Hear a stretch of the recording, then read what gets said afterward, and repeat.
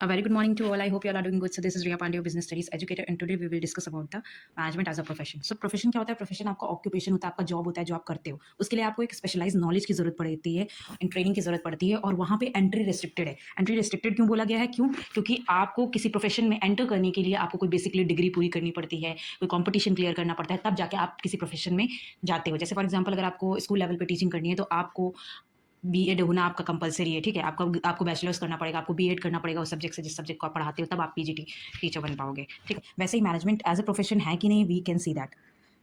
हम प्रोफेशन के फीचर्स देखेंगे और ये देखेंगे कि वो मैनेजमेंट में भी लागू होते हैं कि नहीं. तो प्रोफेशन क्या है? Well defined body of knowledge है. हाँ, well defined body of knowledge है, मतलब स्पेशलाइज नॉलेज की जरूरत पड़ती है प्रोफेशंस में.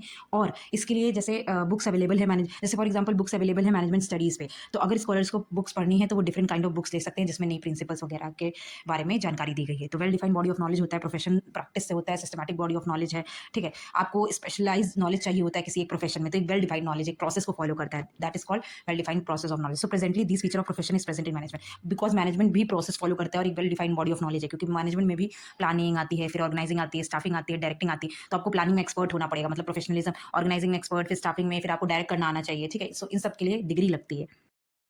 प्रोफेशन का one of the most important feature होता है रेस्ट्रिक्टेड एंट्री. रेस्ट्रिक्टेड एंट्री क्या है? प्रोफेशन में क्या होता है, जब आपको स्पेशलाइज नॉलेज चाहिए होता है, मतलब अगर आपका कोई ऑक्यूपेशन है, आपका प्रोफेशन है, तो जरूर आपने कोई एग्जाम क्लियर किया होगा, कोई डिग्री ली होगी, तब जाके आप प्रोफेशनल कोर्स कर सकते हो. तो इसीलिए मैं इसमें हर कोई नहीं आ पाता है. रेस्ट्रिक्टेड एंट्री है. If you have clear any examination और डिग्री, तभी आपका ऐसा प्रोफेशन में आता है. तो there is a restricted through an examination और डिग्री. हाँ, किसी एग्जामिनेशन और डिग्री के थ्रू रेस्ट्रिक्टेड होता है, ठीक है? उसके बाद फॉर एग्जांपल जैसे अब अगर आपको डॉक्टर की प्रैक्टिस करनी है तो आपके पास एमबीबीएस डिग्री होनी चाहिए, ठीक है? मैनेजमेंट के लिए कोई ऐसा देखो, अगर आप किसी कंपनी में एज अ मैनेजर अपॉइंट होते हो तो उसके लिए कोई लीगल रिस्ट्रिक्शन नहीं है कि मैनेजर के अपॉइंटमेंट के लिए, मतलब कोई कंपल्जन नहीं है कि ये चाहिए degree. But anyone can become a manager. कोई भी मैनेजर बन सकता है विद एजुकेशनल क्वालिफिकेशन, मतलब ग्रेजुएशन किया हो. बट अभी अभी क्या करती हैं, ज़्यादातर कंपनीज होती हैं, उन्हीं लोगों को मैनेजर प्रेफर करती है, अपॉइंट करती हैं जिनके पास एमबीए की डिग्री होती है. इसीलिए रेस्ट्रिक्टेड एंट्री बोला गया इसमें. और एक फीचर क्या है प्रोफेशन का? Presence of professional association. देखो कोई भी जैसे कोई भी प्रोफेशन हो, उस प्रोफेशन के लिए, हर एक प्रोफेशन के लिए एक प्रोफेशनल एसोसिएशन होता है जिसमें आपको रजिस्टर करना पड़ता है, ठीक है? सारे प्रोफेशन के लिए. For example doctors have to get themselves register with the medical council. MCI होता है, बीसीआई होता है, ठीक है? Bar council of India, MCI होता है. तो अगर किसी को डॉक्टर बनना है तो उनको गेट देमसेल्फ देयर रजिस्टर्ड वहाँ पे करना पड़ता है. मैनेजमेंट के केस में क्या होता है, बहुत सारी मैनेजमेंट एसोसिएशन है नेशनल और इंटरनेशनल लेवल पे, जो जिनके एथिकल कुछ कोड्स है. वैसे ही एक उनमें से एक है AIMA, ठीक है?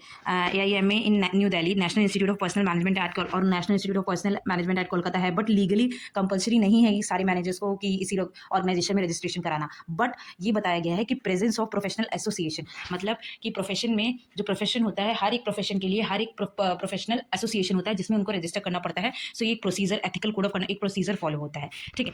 But so presently this feature of profession management में ऐसा कुछ नहीं होता है, but very soon it will be included and get statutory backing also. अभी ऐसा नहीं होता, बट हाँ इन फ्यूचर में हो सकता है, ठीक है? फीचर्स क्या है? Existence of ethical code. देखो हर एक प्रोफेशन के लिए कुछ एथिकल कोड बनाए जाते हैं, कुछ रूल्स और रेगुलेशन बनाने पड़ते हैं जिनको प्रोफेशनल ऑर्गेनाइजेशन को या प्रोफेशनल्स को फॉलो करना पड़ता है, ठीक है? In a case of management, देखो मैनेजमेंट के केस में there is a growing emphasis on ethical behaviour. देखो मैनेजर्स का कैसे बिहेव होना चाहिए, ठीक है? तो एथिकल कोड ऑफ कंडक्ट के लिए हर एक प्रोफेशनल ऑर्गेनाइजेशन बनाया जाता है. तो AIMA, all India management association भी एक ऐसा है जिसमें कोड ऑफ कंडक्ट दिए है इंडियन मैनेजर्स को कैसे बिहेव करना चाहिए, ठीक है? बट लीगली कंपलसरी नहीं है सारे मैनेजर्स को रजिस्टर्ड होना with AIMA and abide the ethical code और मानना, ठीक है? सो प्रेजेंटली ये फीचर्स प्रेजेंट नहीं है. प्रोफेशन में ऐसा होता है बट मैनेजमेंट में ऐसा नहीं होता, not present in management. But very सून ये भी अंदर, मतलब ये भी फॉलो करने के लिए बोला जा सकता है, ठीक है? Next one is fifth point is service motive. ठीक है, प्रोफेशन में जैसे फॉर एग्जांपल आप किसी प्रोफेशन में, जैसे मैं टीचिंग प्रोफेशन में हूँ, तो मेरा मोटिव क्या है, मेरा मेन इंटेंशन क्या है? To serve my students. मतलब मैं अपने स्टूडेंट्स को ऐसे अच्छे से पढ़ाऊँ कि उनका मतलब जो मकसद है एजुकेशन को पाने का वो पूरा हो सके. तो हर एक प्रोफेशन में होता है, किसी और डॉक्टर के प्रोफेशन में भी होता है कि वो अपने पेशेंट्स का अच्छे से ट्रीटमेंट कर पाए, ठीक है? तो वैसे ही हर एक प्रोफेशन में अपने क्लाइंट्स को सर्व करना विद डेडिकेशन, ये इंपॉर्टेंट होता है.